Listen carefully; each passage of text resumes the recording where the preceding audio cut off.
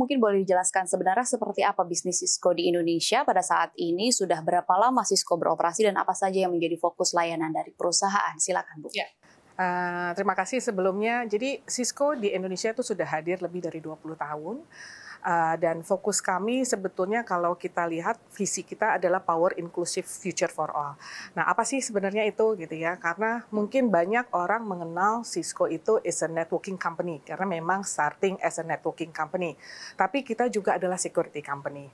In fact, sebetulnya portfolionya Cisco adalah terbagi dari 4 pilar besar yang kita sebut enterprise networking, kemudian collaboration technology, kemudian juga data center sekarang kita sebut dengan cloud and AI gitu karena dengan berkembangnya AI dan kemudian juga cyber security gitu. Nah, kita melihat dengan perkembangan teknologi saat ini juga dan kebutuhan customer, bagaimana kita semakin bisa supporting customer kita untuk kita sebut to connect them and also at the same time to protect them gitu.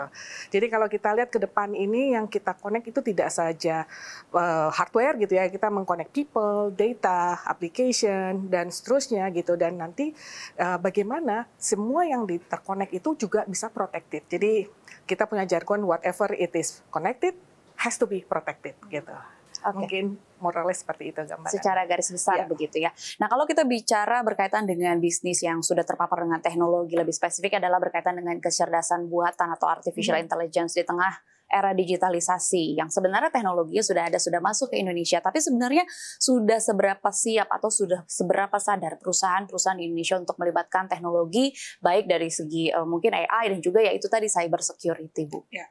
Pertanyaan yang sangat bagus karena kalau kita lihat nih adopsi AI terutama for the last couple of years sejak launchingnya ChatGPT gitu ya, kita bicara mengenai Gen AI itu sangat pesat adopsinya juga.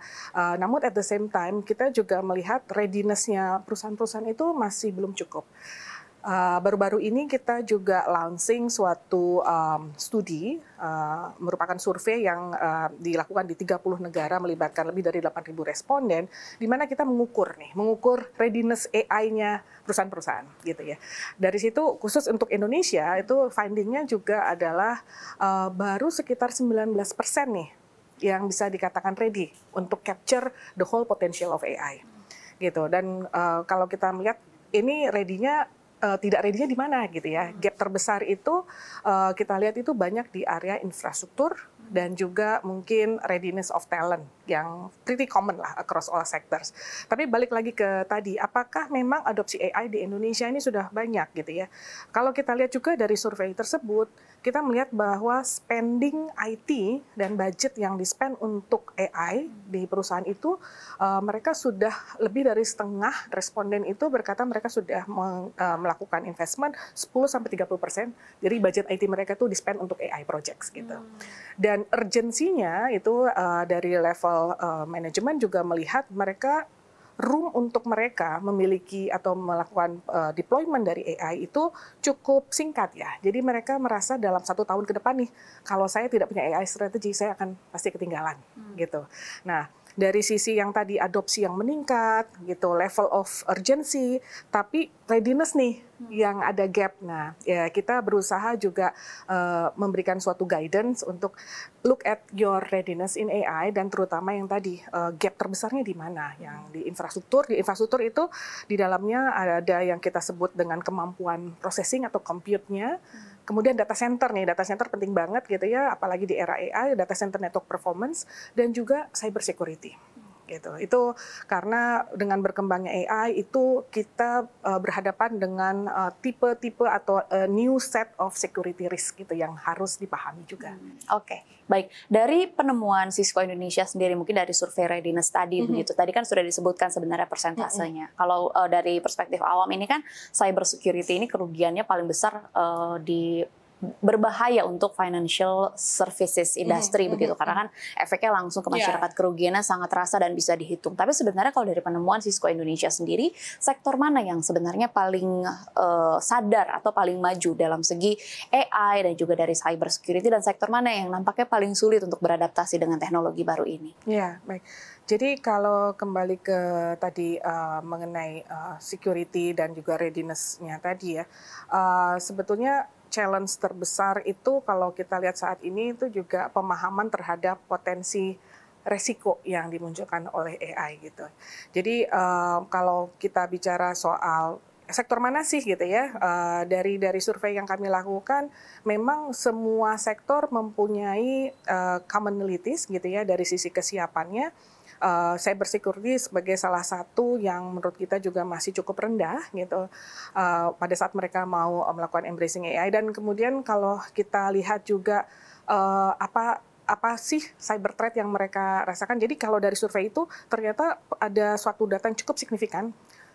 91% mengalami some sort of like cyber incidents yang didrive oleh AI for the last 1 year. Oh, okay. Jadi banyak yang sudah mengalami juga cyber threats yang di-enhance oleh AI capabilities nih. Jadi kalau kita ngelihat external threat ini mulai semakin banyak nih di-enhance oleh AI, kita responsnya gimana gitu ya. Dan kemudian salah satu challenge yang kita lihat juga bahwa di sisi IT team, ya, di perusahaan kita semua gitu ya, IT team itu akan semakin kesulitan untuk punya visibility ya, untuk monitor sama kontrol hal-hal yang mereka tidak bisa lihat.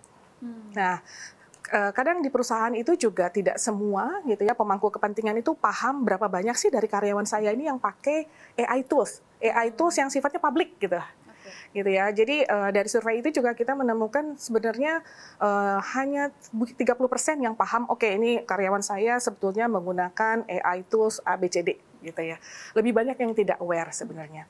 Dan untuk IT team itu sangat bermasalah, sehingga mereka juga merasa lack of confidence nih. Lebih dari 60% dari hasil survei kita itu merasa mereka tidak punya kapabilitas untuk bisa mendetek ini loh tools AI yang dipakai oleh employees gitu. Nah, kalau mereka tidak bisa mendetek, tentunya itu akan increase security risk sama privacy. Nah, kalau tadi bicara sektor, kita akan melihat sektor-sektor yang sangat sensitif nih, critical mission sektor gitu, apakah itu financial ataupun energi gitu ya. Kalau ada exposure terhadap security yang semakin meningkat, ataupun data yang sifatnya confidential, ini tentunya akan berimpact juga kepada decision making. Kalau bicara di energi sektor itu juga bisa menimbulkan impact ya, karena kalau misalnya kita bicara kayak smart grid, nanti kalau ada one incident itu impact-nya bisa ke semua tidak beroperasi, gitu. Ya. Nah, sehingga perlu juga at the end of the day ini perusahaan tuh paham gitu ya, apalagi dengan berkembangnya AI, sebenarnya potensial threat yang baru ini seperti apa, resiko-resikonya seperti apa, dan posture saya nih gitu ya, readiness saya itu sejauh mana, gap saya di mana, dan mereka bisa menentukan fokus saya untuk improving my security posture itu seperti apa.